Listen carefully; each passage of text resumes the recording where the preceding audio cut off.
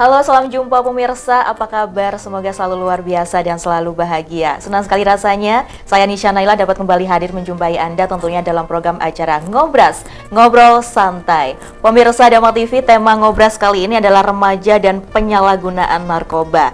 Maraknya kasus penyalahgunaan narkoba di kalangan remaja salah satunya adalah tren pada lingkungan pergaulan.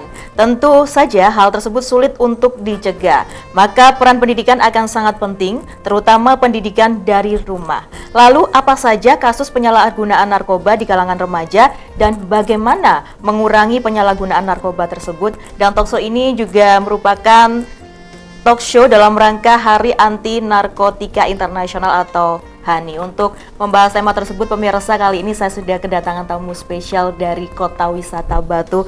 Yang pertama, yang terhormat Bapak AKBP Wahyudi Santoso SE. Beliau ini merupakan Kepala Badan Narkotika Nasional Kota Batu. Ya, selamat malam Bapak. Selamat malam, Assalamualaikum warahmatullahi wabarakatuh. Waalaikumsalam, bagaimana kabarnya Bapak? Alhamdulillah, baik-baik, Alhamdulillah, sehat. ya, sehat.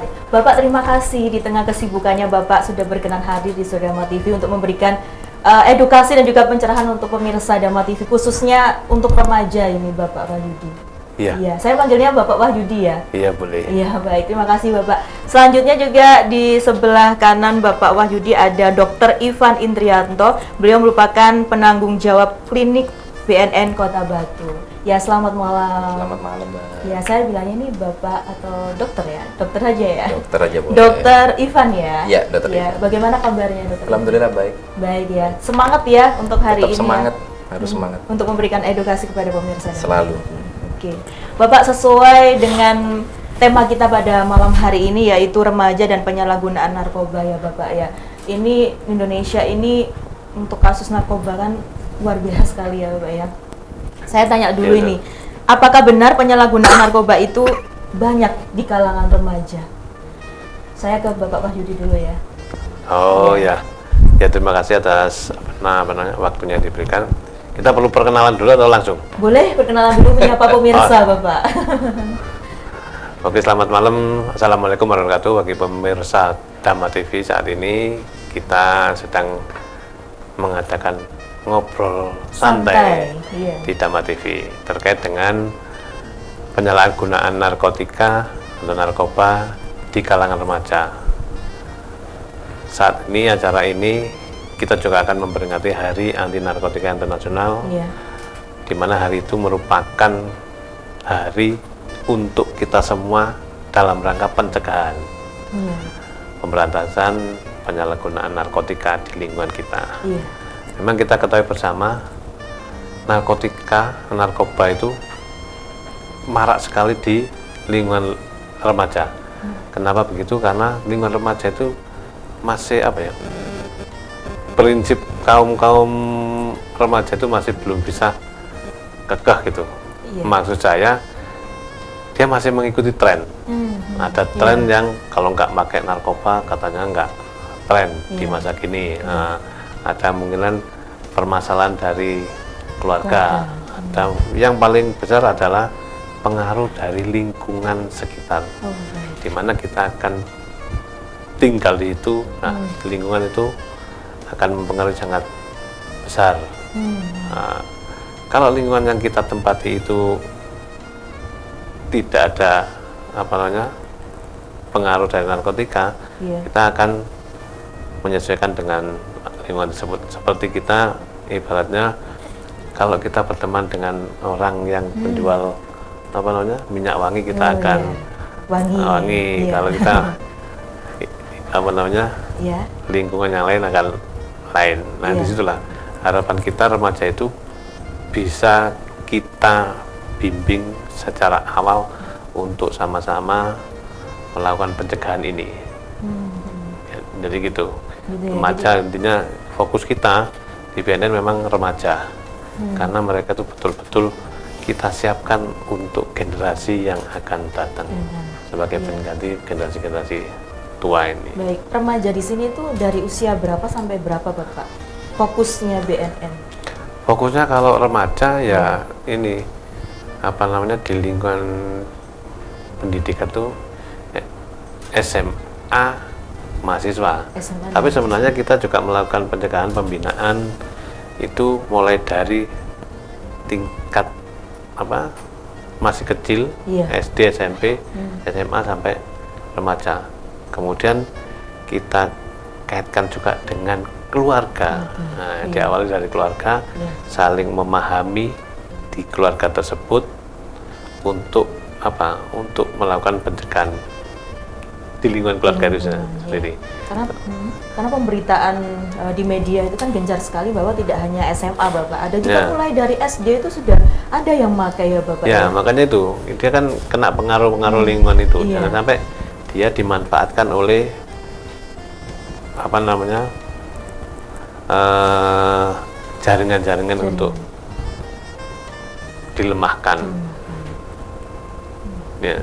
Iya. Kemudian faktor apa yang menyebabkan ada penyalahgunaan narkoba ini, Bapak? Apa Tadi, yang bukan faktor?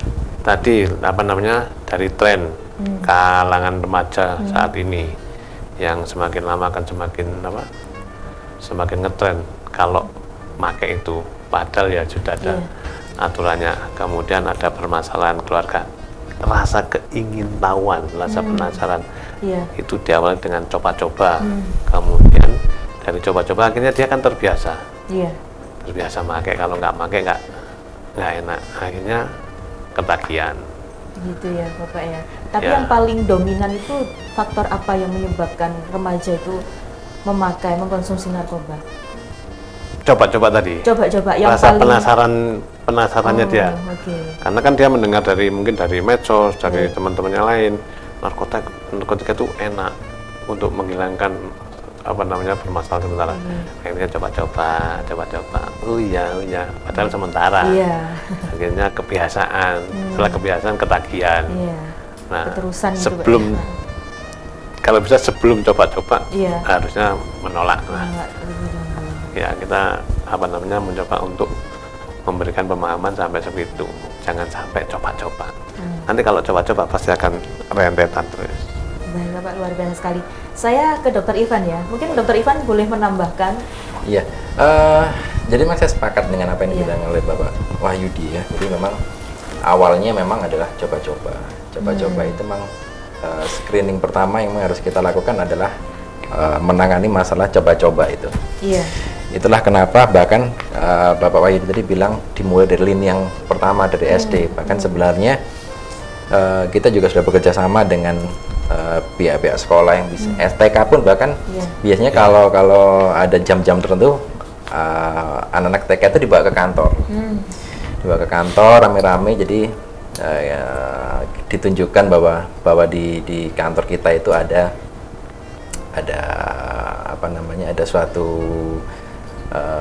bagian khusus untuk menangani masalah obat-obatan. Karena kalau kita bicara narkotika ke anak kecil, mereka belum paham narkotika itu apa. Jadi di situ ditunjukkan bahwa ada beberapa contoh-contoh obat atau tumbuhan atau mungkin cairan yang bisa menyebabkan kesehatan kita menurun, kita menjadi tidak sadarkan diri dengan bahasa yang masih sangat sederhana. Karena itu adalah dari tingkat terkecil terbawa adalah dari tingkat TK gitu.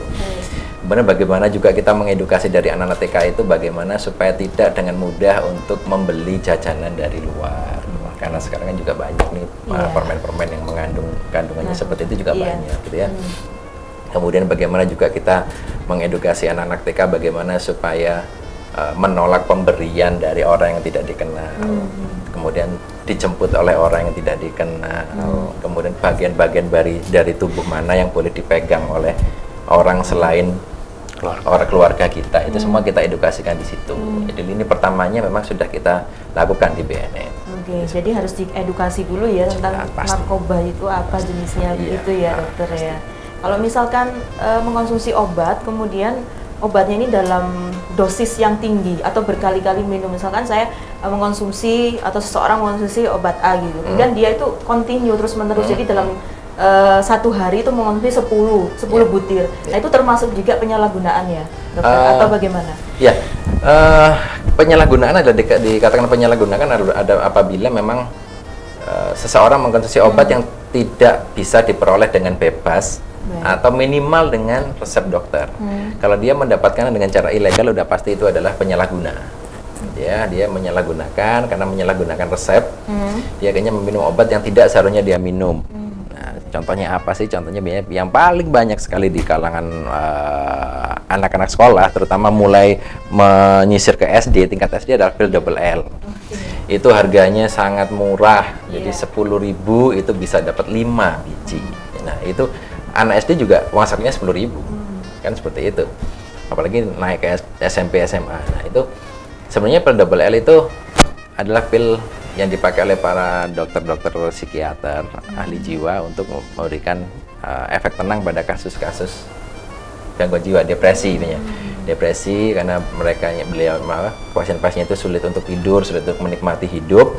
Akhirnya diberikanlah obat double L itu. Jadi untuk menekan moodnya supaya dia bisa menikmati menonton televisi, bisa tidur dengan nyenyak, itu diberikanlah pil double L itu.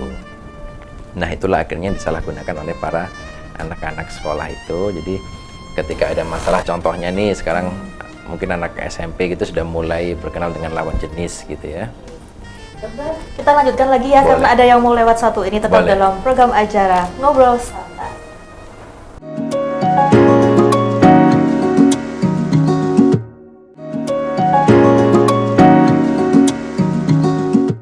Masih dalam program acara Ngobrol Santai bersama saya Nisha Naila, Dr. Ivan dan juga Bapak Wahyudi. Ya, Bapak masih semangat ya untuk memberikan edukasi kepada pemirsa Dama TV terkait tema kita pada malam hari ini, yaitu tentang remaja dan penyalahgunaan narkoba. Ya, saya ke Dr. Ivan dulu ya. Tadi sempat terpotong, dokter, bisa dilanjutkan kembali. Apakah ketika kita mengkonsumsi obat-obatan gitu yang tidak sesuai dengan anjuran dokter, ini termasuk penyalahgunaan narkoba? Silakan Dr. Ivan. Jadi singkat tadi saya jelaskan bahwa ketika kita mengkonsumsi obat yang memang tidak seharusnya kita konsumsi dan mendapatkannya dengan cara yang ilegal, tidak dengan resep, menyalahgunakan resep, ya memang penyalahguna gitu ya.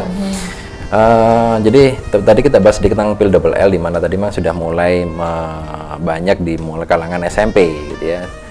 Kenapa sih beberapa klien yang ditanya biasanya untuk melupakan masalah gitu. Masalahnya apa? Kadang masalah keluarga, orang tuanya ribut, dia marahin terus sama ayah ibunya. Kadang dia sudah mulai mengenal lawan jenis gitu ya. Ketika ada masalah sedikit dengan lawan jenis, kadang dia stres ya. Dia stres kumpul dengan teman-teman yang salah, dikasihlah pil itu, wis cek stres minum aja ini gitu. Diminum gitu. Akhirnya awalnya ya dia akhirnya bisa tidur dengan nyenyak gitu ya, tidur dengan nyenyak. Akhirnya besoknya dia bangun juga dengan keadaan masalahnya nggak selesai.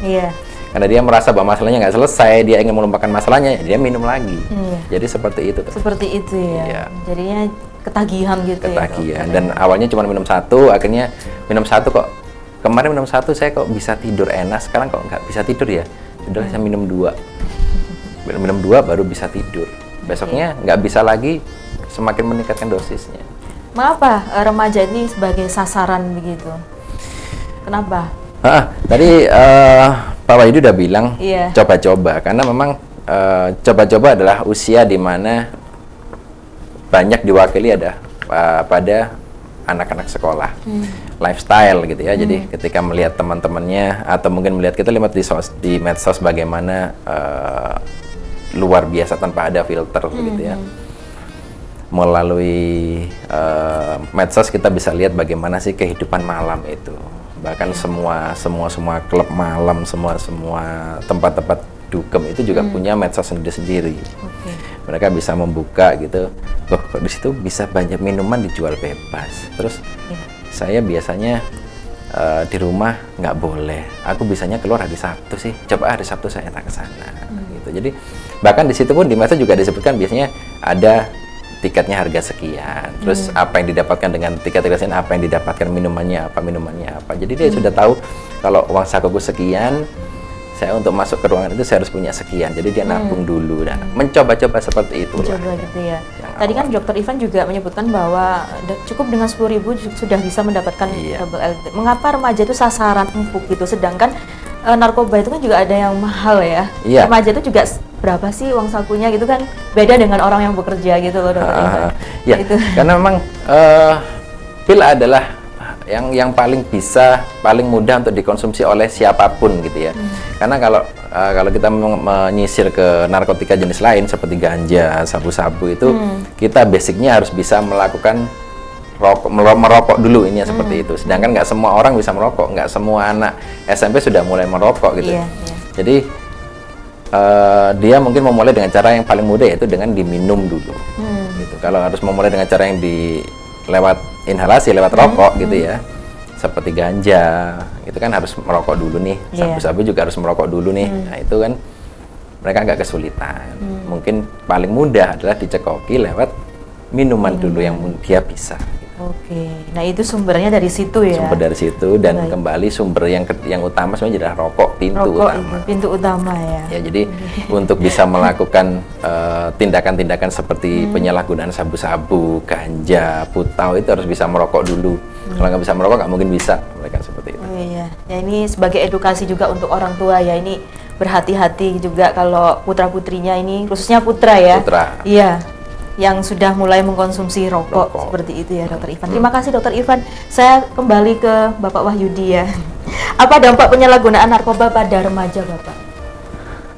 Kalau kita berbicara dampak, itu ada dampak sosial, ada dampak psikologi, medis, sama nanti risiko hukumnya.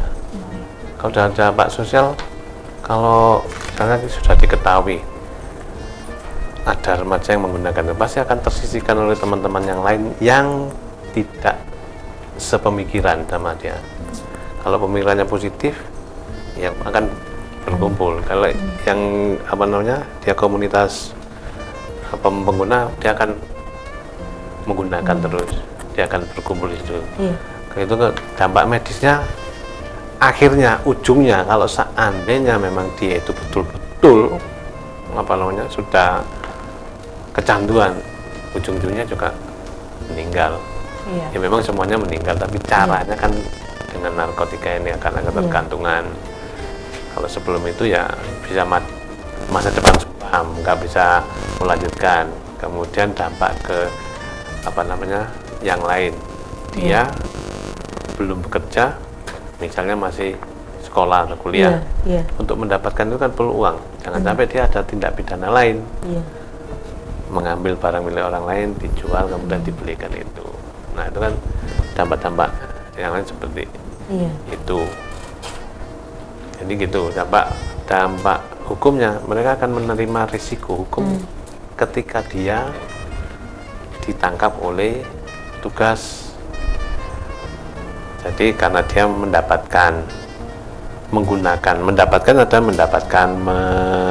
memiliki, menyimpan, menguasai narkoba, padahal kan itu tidak sesuai dengan aturannya.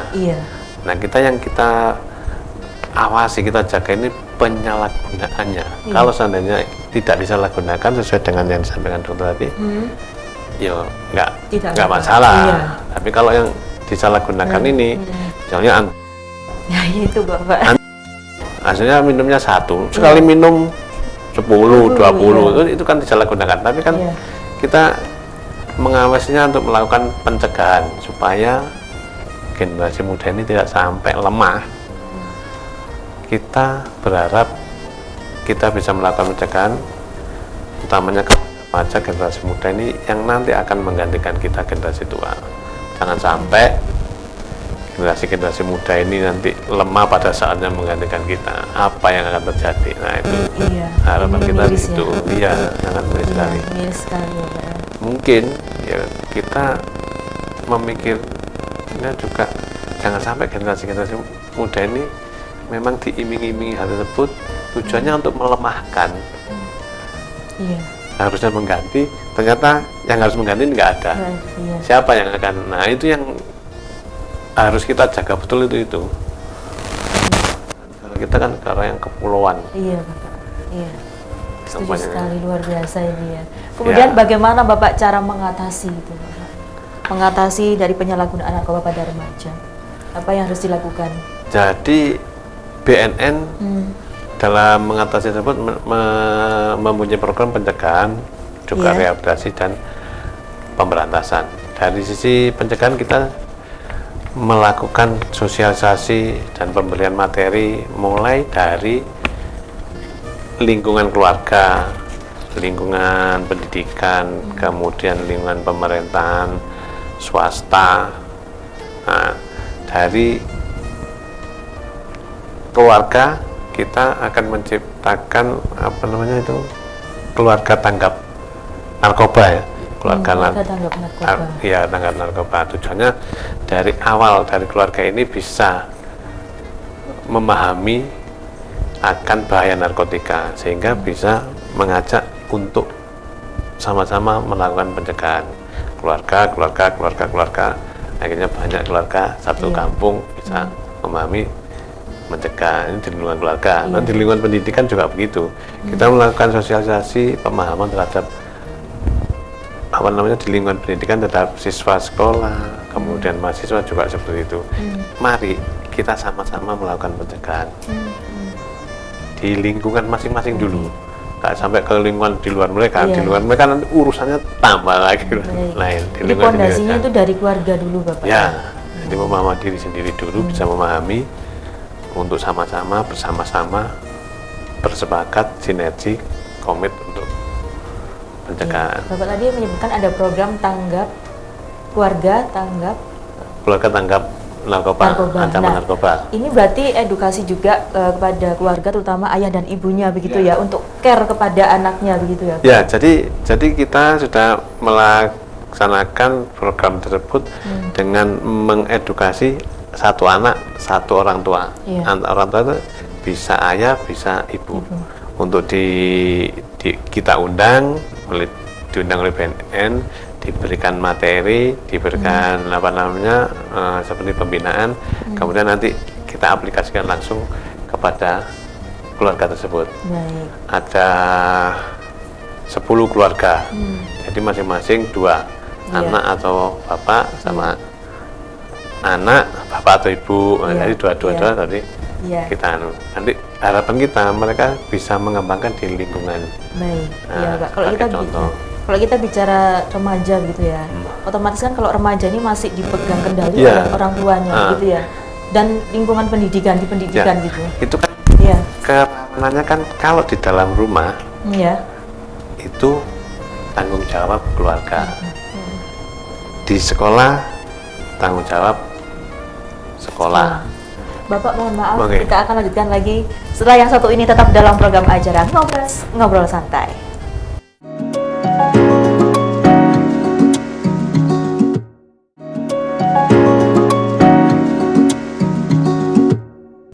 Terima kasih Anda masih bersama kami dalam program acara Ngobrol Santai bersama saya Nisha Naila, Bapak Wahyudi dan Dr. Ivan, membahas tema yaitu remaja dan penyalahgunaan narkoba. Ya, saya lanjutkan kembali Bapak ya dengan pertanyaan tadi bahwa keluarga ini adalah fondasi utama gitu ya, fondasi utama dalam pencegahan narkoba begitu ya Bapak ya. Jadi ada program namanya Tanggap Narkoba gitu ya, Keluarga Tanggap Narkoba. Nah, itu bisa dijelaskan kembali Bapak programnya itu seperti apa, karena orang tua ini kan ada yang mungkin bekerja begitu ya, sehingga rasa perhatian ke anak itu harus dibagi-bagi antara realita kehidupan bekerja dan juga bagaimana care dengan anak gitu Bapak, sehingga narkoba ini sedikitnya bisa dicegah sedini mungkin. Ya, jadi kita dalam hal pencegahan memang kita awali dari yang paling kecil, utamanya yang kelompok yang paling kecil adalah keluarga, yang dimana orang tua bisa langsung mempengaruhi atau mengintervensi anaknya supaya nggak gini, tergantung nanti bagaimana caranya. Nah, seperti itu. Jadi kita memberikan pemahaman kepada keluarga tersebut. Seperti tadi yang saya sampaikan, ada keluarga tanggap ancaman narkoba. Itu harus masuk ke sana. Kalau sudah keluarga itu sudah bisa memahami, bisa mengerti akan bahaya-bahayanya, nanti bisa menularkan kepada yang lain atau memberikan contoh dari perilaku yang sudah dia lakukan yang berubah dengan sudah menerima edukasi keluarga tersebut. Nah, itu karena apa?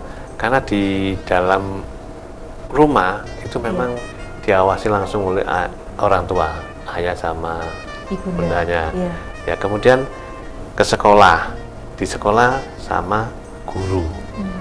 Perjalanan dari rumah ke sekolah atau mungkin dari sekolah pulang, pasti kan ada aja alasannya, ada tugas belajar, ada kelompok, ada Iya, nah itu iya. itu keluarga itu kita sebagai orang tua kan pasti tanya tuh, jam sekian kok belum pulang, kemana Iya. kemana. Iya. Nah itu. Nah, antara keluarga dan sekolah ini, perjalanan ini kita juga harus antisipasi, harus berpikir kemana ini nanti. Kemudian kalau alasan ada mengerjakan tugas kerja kelompok itu nanti kita harus tahu juga apa namanya bersama siapa. Nah, kan begitu. Untuk apa? Untuk mengetahui anak kita itu di itu ngapain. Kalau bisa itu sesama orang tua juga harus komunikasi. Anak dewi ya mana dia. Nah, gitu untuk pencegahan loh ya. Nah, selain itu dengan pencegahan itu kan juga harus memahami orang tua ini akan bahaya narkotika ini. Itu jadi selain ke keluarga, BNN juga membuat atau membentuk agen pemulihan.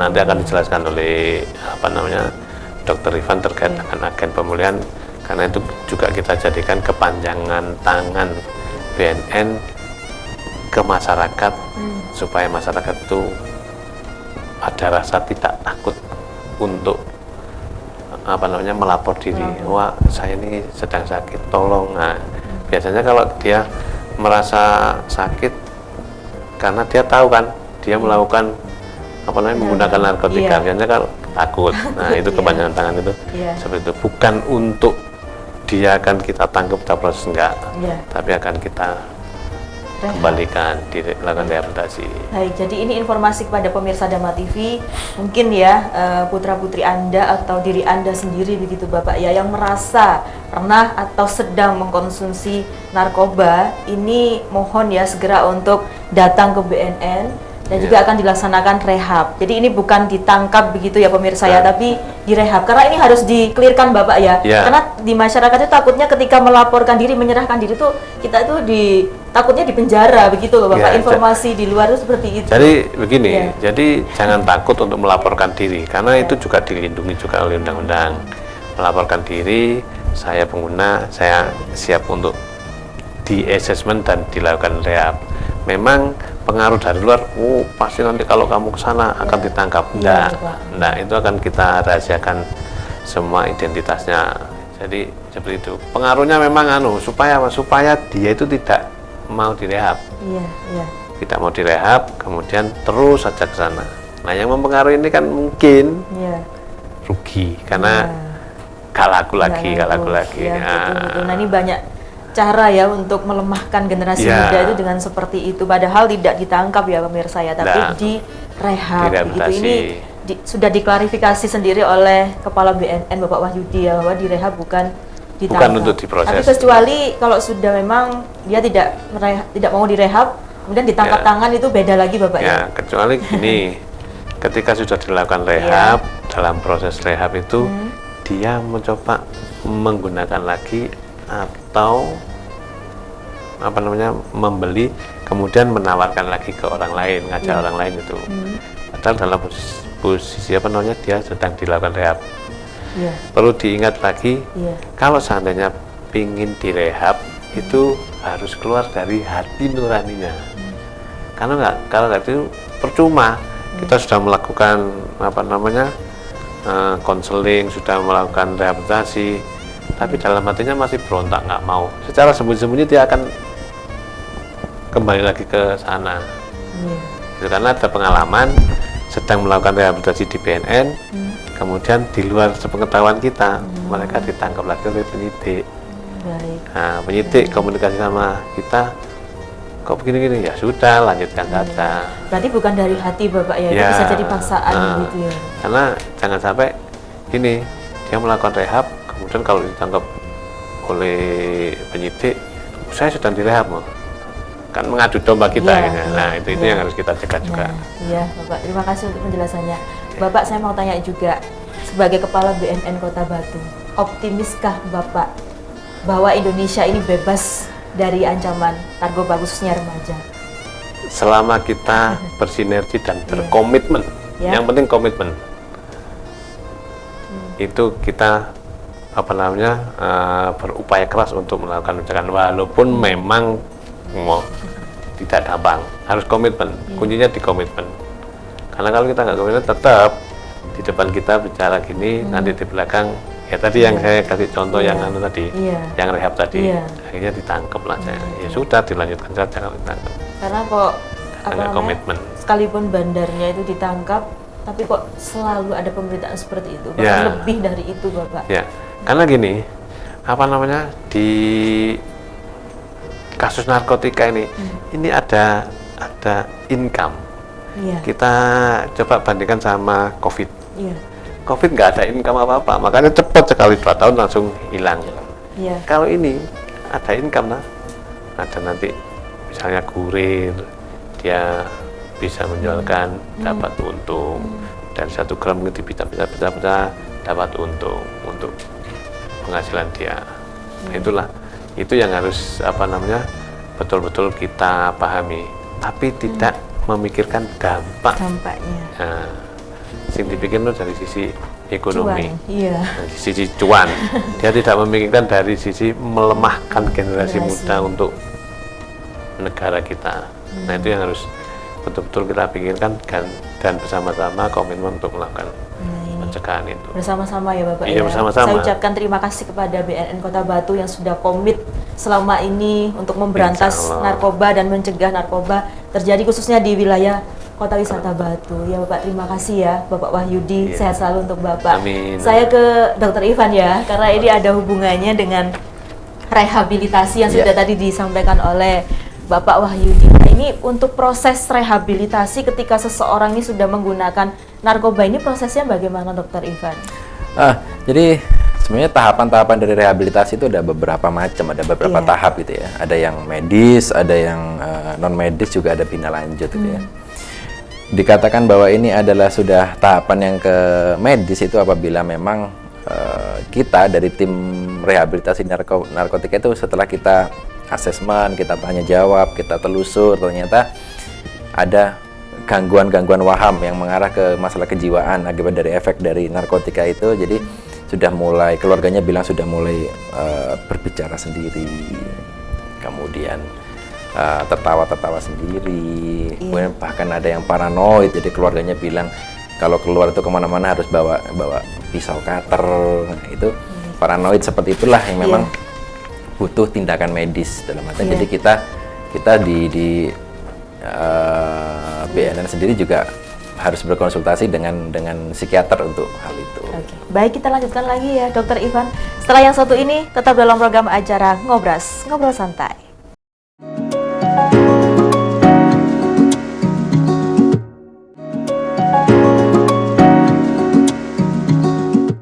Terima kasih Anda masih bersama kami dalam program acara Ngobrol Santai bersama saya Nisha Naila, Dr. Ivan dan Bapak Wahyudi. Ya, saya ke Dr. Ivan ya, karena tadi sempat terpotong terkait bagaimana tahapan untuk melakukan rehabilitasi itu bagaimana Dr. Ivan? Ya, jadi saya sambung lagi ya. Jadi ketika terlapor itu bilang keluarganya ada yang bilang bahwa dok ini sudah kok anak saya atau keponakan saya ini sudah mulai bicara-bicara sendiri di kamar mandi, di depan kaca juga sudah mulai tertawa-tawa sendiri, atau kadang juga keluar itu selalu membawa cutter, kita paranoid, ada bertamu sedikit dia sudah bingung untuk nggak mau keluar rumah. Itu memang sudah ada seperti gangguan waham, jadi sudah ada gangguan yang berhubungan dengan kejiwaannya. Itu kita bisa mengkonsultasikan dengan psikiater gitu, kita nggak bisa mengerjakan sendiri. Sudah butuh terapi-terapi, obat-obatan, detoksifikasi untuk membersihkan efek-efek dari sisa dari narkotikanya itu harus dibuang semua, harus dibersihkan semua. Itu biasanya kita bekerja sama dengan balai rehabilitasi. Nggak bisa hanya dengan pertemuan pulang nggak bisa. Jadi ya memang harus dirawat inap dengan pantauan yang ketat, karena takutnya adalah efek sampingnya. Jadi efeknya dia kalau marah-marah dia bisa macam-macam yang dilakukan. Bayangkan dia membawa segala sesuatu gitu ya. Terus kalau memang dibiarkan bicara-bicara sendiri di rumah, nggak ada terapi lanjutan, ya apa yang akan terjadi dengan mentalnya gitu ya. Jadi kita juga bekerja sama, kayaknya kita bicara dengan keluarganya, Pak, Ibu. Jadi kondisi putranya itu seperti ini. Ini kita butuh bantuan untuk rehabilitasi. Biasanya kita, kalau rehabilitasi itu berbayar nggak sih dok? Itu pertanyaannya. Nah, Kita gini Bu, jadi kita nggak bisa membicarakan hal itu, kita nggak bisa bicara itu sepenuhnya gratis, enggak. Memang untuk semuanya nanti di rehabilitasi, kalau di Indonesia itu kan ada di beberapa, di Tanah Merah, ada di Lido, di Bogor, itu untuk rekanan BNS di sana itu biayanya memang kalau keluarga mau mengantar biayanya otomatis biaya pribadi, tapi untuk di sana memang gratis, tidak dipungut biaya gitu. Jadi kita nggak bisa bilang sebenarnya oh gratis Bu, nggak, takutnya nanti pikiran gratis itu budale dibayar no, mule dibayar no, sikat giginya dibelikan, bajunya dibelikan oleh negara gitu, enggak gitu ya. Cuma memang seluruh biaya selama di sana, pemeriksaannya, biaya dokter, biaya obat-obatan memang gratis. Tapi kalau untuk biaya pribadi enggak gitu, seperti itu. Jadi berat bilang bahwa kalau mengucapkan kalimat gratis Bu itu berat gitu.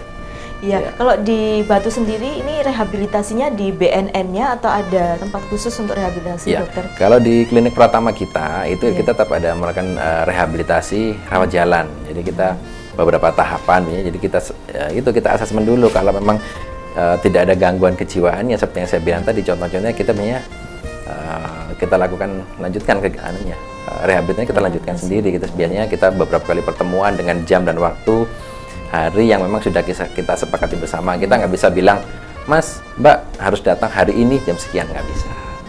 Karena semuanya juga harus beraktivitas lagi, nggak mungkin untuk tidak beraktivitas gitu ya. Jadi saya bisanya hari ini dokter, jam sekian ya udah. Gitu. Tapi biasanya kalau nggak datang, biasanya kita telepon, kita hubungi, kenapa nggak datang hari ini? Jangan sampai sama sekali dia nggak datang sesuai dengan jadwal. Jangan sampai dia, itu yang kita takutkan adalah dia berteman lagi dengan yang mengajak itu. Makanya kita sharing seanunya gitu, stop di situ. Makanya kita dia minggu ini nggak ada keterangan sih dia datang apa enggak. Kalau nggak datang ya kita tunggu, kita telepon. Oke. Yang mengajak itu juga diikut direhabilitasi atau justru ditangkap? Ada beberapa kasus, ada yang memang sudah ditangkap duluan, akhirnya si yang direhab itu takut karena teman saya sudah ditangkap, saya takut, saya lapor, itu juga ada. Ada yang akhirnya berdua juga sama-sama datang, itu juga ada. Oh, ada. Dengan kemauan sendiri ataukah kebanyakan dipaksa gitu, dokter? Beberapa kasus memang biasanya adalah dari orang tua gitu ya. Tapi kita selalu mengingatkan bahwa ke kliennya sendiri bahwa ini tidak akan berhasil, kecil sekali kemungkinannya untuk berhasil kalau mengatas kemauan dari orang tua. Keberhasilan terbesar semua ini akan berhasil adalah dari kemauan diri sendiri. Jadi kita tetapkan seperti itu. Jadi bukan dari, kalau memang yang mau adalah ayah ya, dan kamu nggak mau untuk direhab ya, ini kecil kemungkinan untuk berhasil. Kita selalu tekankan seperti itu. Akhirnya dia kebanyakan sadar dengan sendirinya itu untuk mengikuti program selanjutnya. Untuk waktunya ini kira-kira berapa bulan untuk proses rehabilitasi? Yang pasti untuk berapa bulannya sih kita nggak pernah menargetkan berapa bulan gitu ya, karena memang semua ada keterbatasan. Dia harus bekerja, dia harus sekolah gitu. Karena kalau di BNN kan memang dia harus kembali beraktivitas seperti semula. Jangan sampai dia itu di drop out dari sekolah. Jangan sampai dia itu di PHK dari pekerjaan. Kalau di BNN itu diupayakan agar itu tetap berjalan seperti sedia kala gitu. Jadi jangan sampai si anak itu menjadi aduh aku gak kerja maneh, aduh aku ditonton ke sekolah, itu kita minimalisir. Jangan sampai itu terjadi. Jadi seperti itu. Tapi tetap dalam pantauan sampai betul-betul pulih. Tetap, biasanya sih kita 8 kali pertemuan 8 kali pertemuan. Tapi nggak sampai 8 kali terus selesai pulang gitu, enggak lulus, enggak. Tetap ada yang selanjutnya seperti saya bilang tadi, tahapan selanjutnya adalah bina lanjut. Jadi ada pasca rehab. Nah, untuk syaratnya itu bagaimana? Ketika kita mau melakukan rehab itu apa ada syarat tertentu, Dokter Ivan? Syaratnya harus pernah pakai narkoba dulu syaratnya. Kalau nggak pernah pakai nggak usah direhab gitu. Iya, jadi syaratnya sih nggak ada sih ya. Syaratnya ya memang kalau memang dia volunteer, dia kemauan sendiri untuk datang, kita selalu terima gitu ya. Atau mungkin dari ada namanya TAT ya, tes asesmen terpadu, itu adalah ada dari pihak kepolisian, dari pihak psikolog, dari kejaksaan ya. Jadi kita diflorkan dalam satu meja untuk memastikan apakah si klien ini terlibat jaringan ataukah hanya sebagai korban gitu. Jadi seperti itu. Bisa digambarkan rehabilitasi itu seperti apa, Dokter Ivan? Apakah, mohon maaf ya, apakah seram begitu ya, yang digambar-gambarkan itu ya, ataukah justru diberikan kenyamanan begitu, Dokter Ivan, kalau di BNN Kota Batu? Ya, rehabilitasi adalah sesuatu yang sebenarnya dengan dia memakai narkotika dia adalah merasa nyaman gitu ya. Iya, iya. Pada waktu rehabilitasi kita berusaha untuk meyakinkan dia secara pelan-pelan bahwa nyamanmu itu nyaman palsu, gitu ya. Nyamanmu adalah bersama kita. Nah, gitu. Suasana itu yang kita bangun. Nyamanmu adalah bersama dengan keluarga, bukan bersama dengan teman-teman yang mengajari kamu seperti itu. Gitu ya. Jadi kita buatkan suasana seperti itu. Jadi dari awalnya kita tanya bisanya jam berapa, hari apa. Terus kita tanya aktivitasmu hari ini apa aja sih, di sekolah ngapain. Kita bangun seperti itu. Jadi ketemu Dokter Ivan ini lembut ya pemirsa ya, jadi tidak seperti interogasi seperti itu, jadi sehingga orang takut itu tidak ya Dokter Ivan ya. Baik. Jangan sampai itu terjadi karena memang ada beberapa kasus. Jadi Pak Wahyu Divisi sendiri sebagai Pak Kepala sini sering bicara kepada teman-teman rehab itu kalau Dok, Mbak ini arek iki sepertinya ada indikasi untuk punya jaringan. Coba pelan-pelan sampean telusuri pelan-pelan, takutnya nanti kalau sama teman-teman pemberantasan malah enggak terungkap. Ya itu beberapa kali seperti itu dan juga berhasil beberapa kali. Jadi ada pendekatan gitu pendekatan ya, sendiri, psikologis. Iya. Itu mungkin bisa juga orang cerita itu dengan pendekatan seperti itu Dokter Ivan ya. Karena kalau berkali-kali Pak Wahyudi bilang biasanya ambil arek pemberantasan wedi gitu takut. Iya itu. Jadi ini jangan khawatir kalau misalkan pemirsa ingin konsultasi terkait rehabilitasi, monggo ya langsung datang ke BNN Kota Batu. Mungkin ada kontak personnya atau misalkan pemirsa ingin lebih lanjut itu datang kemana? Atau ada medsosnya begitu, boleh disampaikan kepada pemirsa Dapat TV? Kalau medsosnya kita di Instagram juga di Facebook juga ada info BNN Kota Batu. Bisa di situ. Kalau memang mau langsung datang ke kantor, kita jam operasional dari Senin sampai Jumat, dari jam 8 pagi sampai jam 12 kita istirahat, kemudian jam 13 sampai jam 15 kita masih melayani. Seperti itu ya, Dokter Ivan. Kemudian, apakah rehabilitasi ini mampu mengembalikan pengaruh sosial sehingga korban merasa nyaman dalam pergaulan? Apa bisa dikembalikan itu tadi? Jadi, seperti kita tadi sedikit menyentil bahwa setelah 8 kali pertemuan bukan berarti dia langsung lulus pulang, enggak. Masih ada program pasca rehab. Pasca rehab itu apa sih? Kita datangi ke kediamannya. Kita lihat bagaimana dia aktivitasnya bersama keluarga. Kita datangi bagaimana kegiatan dia bersama dengan lingkungan sekitarnya. Jadi kita masih awasi. Bahkan tidak menutup kemungkinan juga kita mengajak klien tersebut yang sudah lulus, itu biasanya kita ajak untuk menjadi narasumber, itu juga pernah.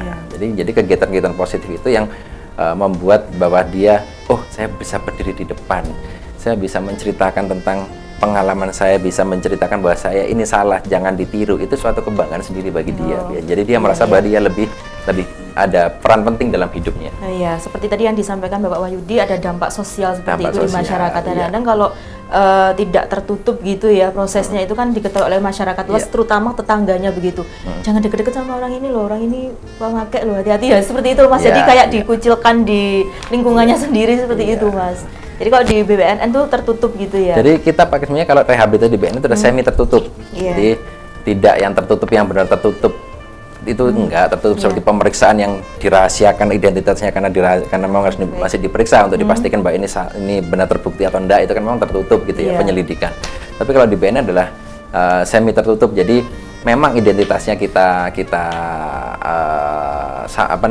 nggak kita florkan, tetapi kan setidaknya orang tua tahu, mungkin pihak dari desa juga tahu. Jadi agar tidak setelah semuanya selesai tidak dikucilkan, jadi seperti itu. Iya, jadi prosesnya itu tetap ada ya. Tetap ada, dan itu yang kita inginkan dari BNN dan yang diinginkan adalah jangan sampai apa yang sudah dilakukan dari si klien ini berhenti. Jadi kalau dia sekolah jangan sampai dia berhenti. Gitu. Kalau dia lagi bekerja jangan sampai dia di PHK. Gitu. Masih ada cara kok biar anak ini biar bisa tetap dan bisa menjadi lebih baik. Tanpa sepengetahuan teman-temannya. Iya, tanpa sepengetahuan teman-temannya. Bahkan kadang pada waktu di sekolah juga kadang setelah selesai ujian ke kantor, itu temannya memang nanya, kadang juga temannya nanya. Cuman itu kan kadang gurunya yang menyampaikan ke rekan-rekannya, loh si A ini kemana? Oh si A ini lagi ada giat kita minta untuk ke ini, jadi seperti itu. Apakah ada kendala khusus Dokter Ivan selama pelaksanaan rehabilitasi? Kendalanya adalah sejauh ini kalau di rehabilitasi adalah masalah HP. Kendalanya ada di masalah HP. Kadang HP itu dia masih kontak dengan teman-temannya, itu yang paling penting. Terus kemudian kita juga lagi mengurangi ketika kita lagi penyuluhan gitu, kita mengurangi sebisa mungkin kita nggak memakai gambar-gambar lagi yang berhubungan dengan dengan narkotika. Kalau stop narkotika ya udah stop narkotika gitu. Jangan sampai ada gambarnya yang jarum suntik dicoret, ada gambarnya daun ganja dicoret. Nah, itu kita sudah menghindari itu.